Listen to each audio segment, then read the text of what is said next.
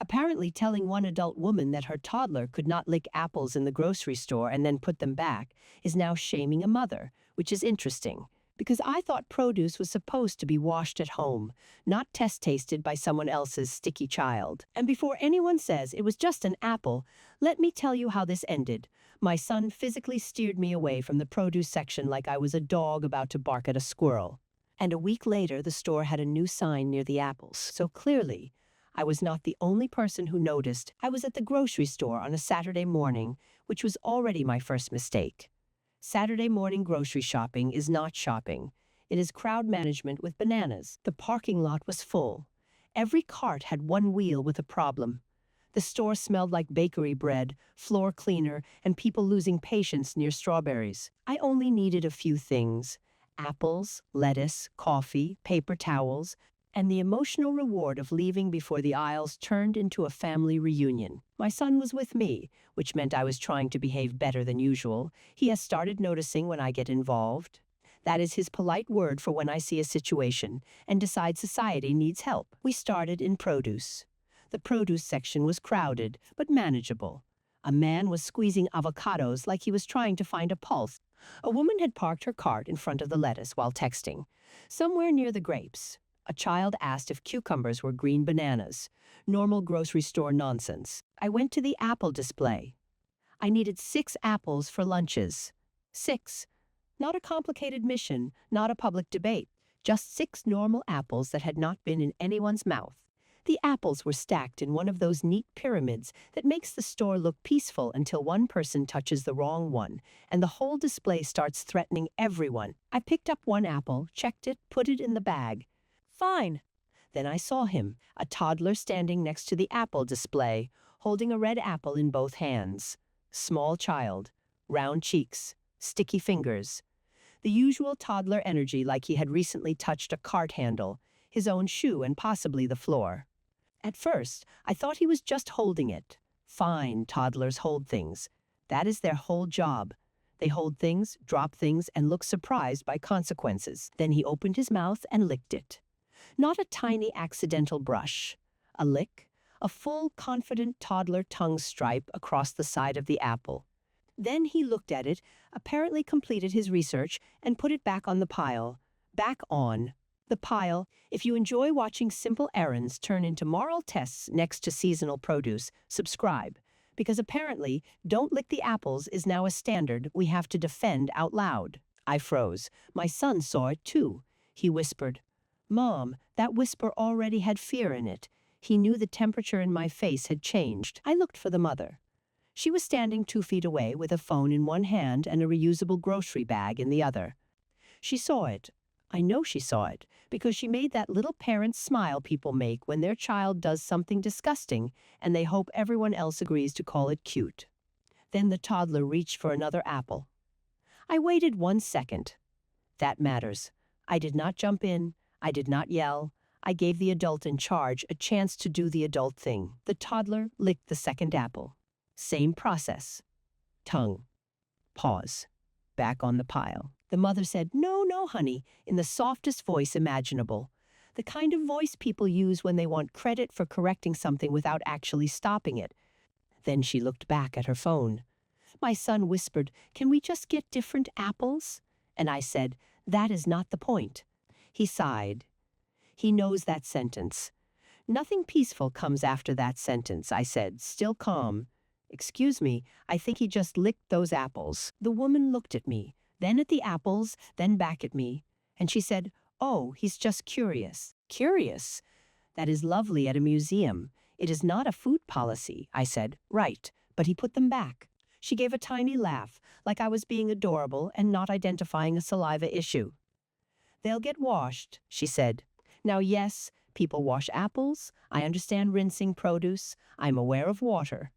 But there is a difference between washing ordinary grocery dust off an apple and buying one that has already been introduced to a stranger's toddler. I said, "People should probably know which ones those are." She blinked. "It's fine." Fine. The word people use when they want everyone else to lower their standards quickly. Tell me in the comments, if you saw a child lick produce and put it back, would you say something? Or would you quietly abandon apples forever? I looked at the pile. I could still see one of them, maybe both. They looked normal, which made it worse. That is the problem with licked apples. They do not glow. So I said, "Could you maybe take the ones he licked?" The woman's face tightened.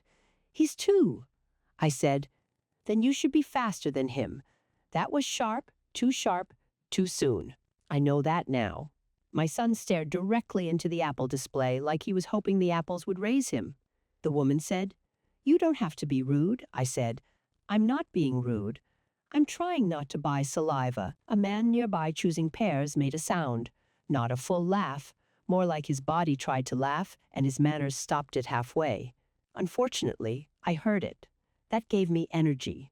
The toddler grabbed a third apple.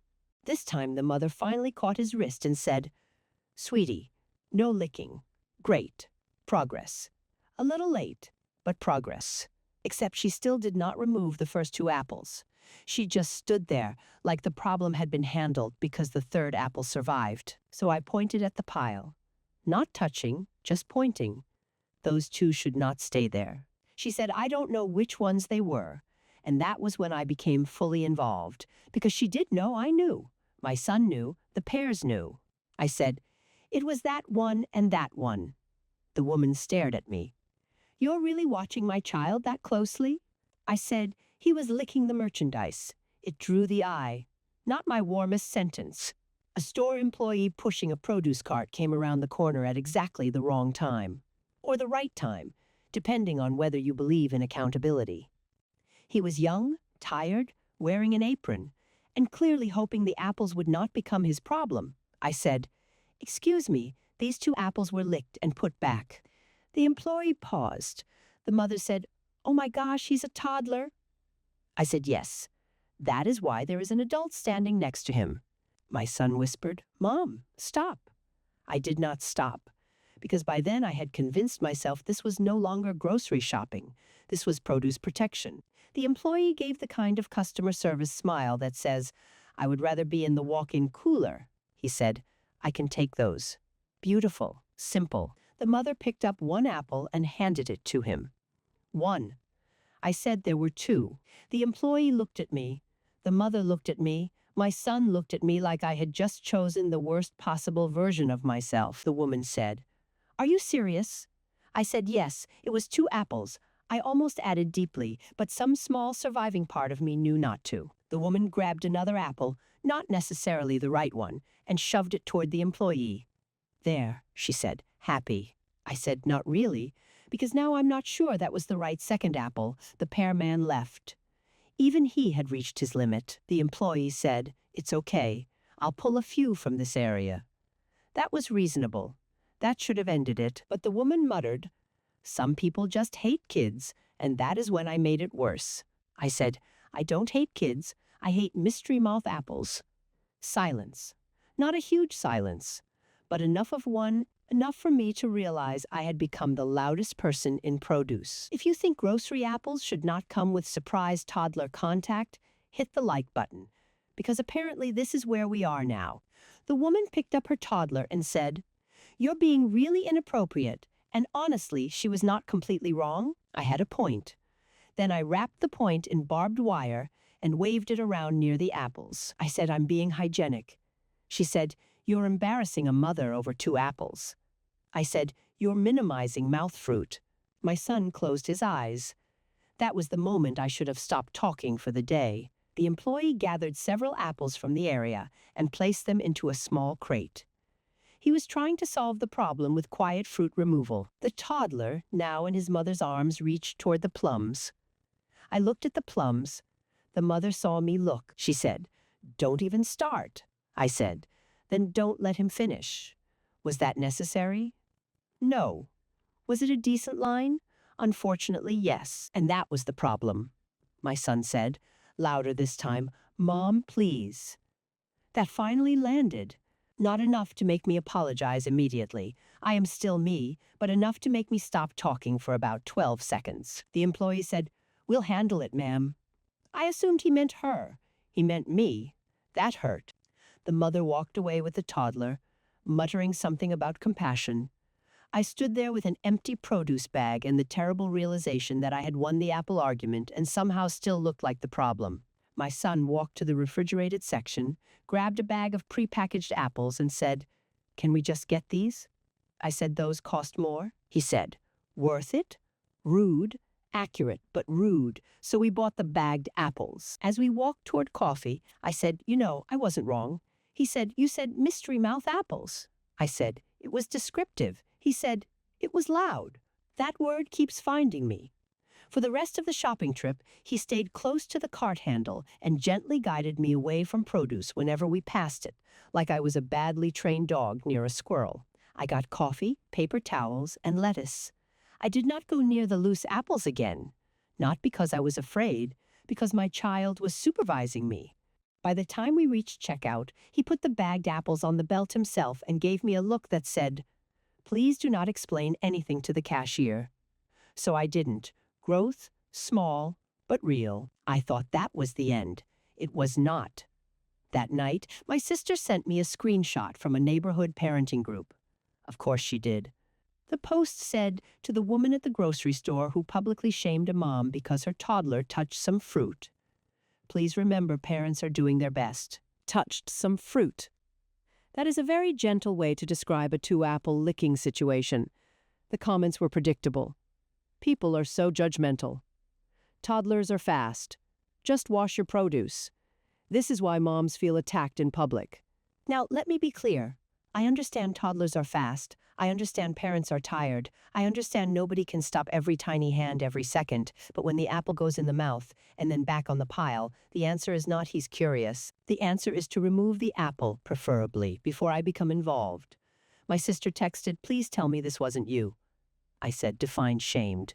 She said, "Did you say something about a toddler licking apples?"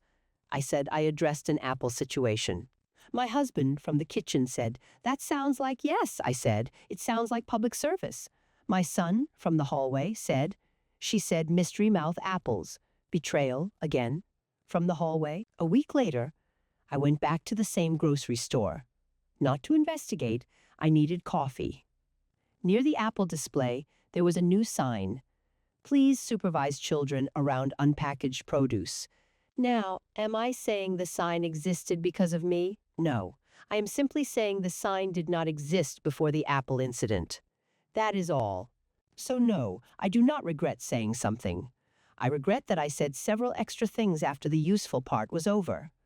I regret that he's just curious has apparently become a defense for saliva on public apples, and I regret slightly that my son now calls that store the Apple Incident Place.